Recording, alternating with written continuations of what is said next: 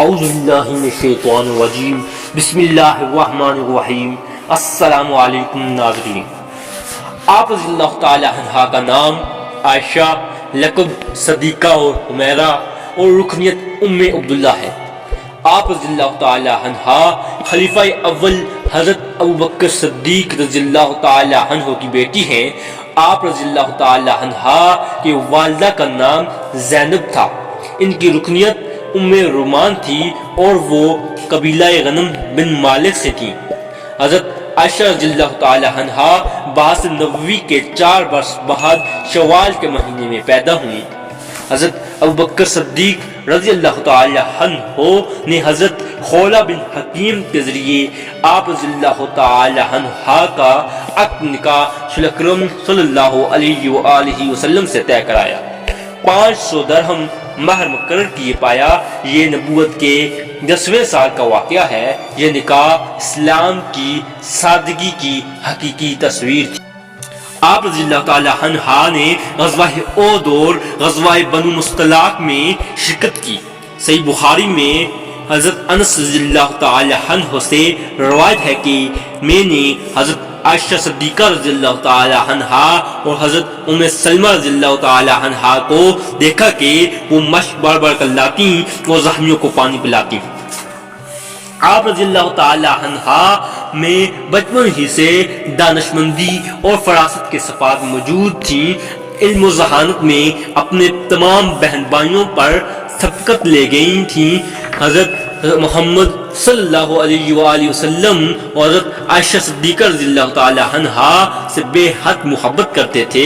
فراست اور شرعی بیانی میں اپنا ثانی نہیں رکھتی تھیں۔ جب وہ گفتگو فرماتی تو رسول اکرم صلی اللہ علیہ وآلہ وسلم ان کی طرف متوجہ ہوتے اور خانداری کے معاملے میں ان سے مشورہ طلب کرتے اور اس پر عمل کیا کرتے تھے۔ آپ رضی اللہ تعالی عنہ کی دانشمندی کا اس سے بڑا ثبوت کیا ہو سکتا ہے کہ آپ رضی اللہ تعالی عنہ نے حضرت محمد صلی اللہ علیہ وآلہ وسلم کی صحبت میں صرف 9 سال 2 مہینے 12 دن گزارے۔ اس قلیل عرصے میں آپ رضی اللہ تعالی عنہ نے نبی کریم صلی اللہ علیہ وآلہ وسلم کی ذات سے اس قدر استفادہ کیا کہ آپ صلی اللہ علیہ وآلہ وسلم کے بعد جب کسی معاملے پر صحابہ کرام فیصلہ نہ کر پاتے تو اسے سلجھانے کے لیے آپ رضی اللہ تعالی عنہ کی خدمت میں آتے اور آپ رضی اللہ تعالی عنہ اسے حل کر دیتی تھی۔ وہ علم کا دریا تھی۔ اس کا اندازہ اس سے لگایا جا سکتا ہے کہ جامع ترمذی میں حضرت ابو موسیٰ الاشعری رضی اللہ تعالی عنہ سے روایت ہے کہ ہم کو کبھی کوئی ایسی مشکل بات پیش نہیں آئی جس کو ہم نے حضرت عائشہ صدیقہ رضی اللہ تعالی عنہ سے پوچھا ہو اور ان کے پاس اس کے متعلق معلومات نہ ملی ہوں۔ امام ظاہری فرماتے ہیں کہ حضرت عائشہ صدیقہ رضی اللہ تعالی عنہ تمام لوگوں میں سے سب سے زیادہ عالمہ تھی۔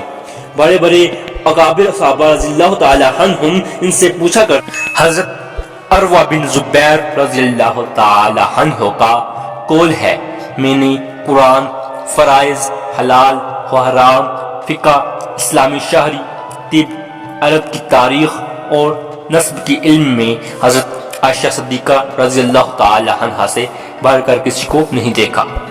اخلاقی حیثیت سے بھی ام المؤمنین حضرت عائشہ صدیقہ رضی اللہ تعالی عنہ بلند مرتبہ کی مالکہ تھیں۔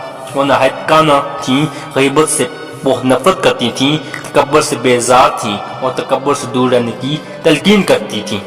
وہ خودداری، ہمت، شجاعت، دلیری اور صحابت کا عملی نمونہ تھیں۔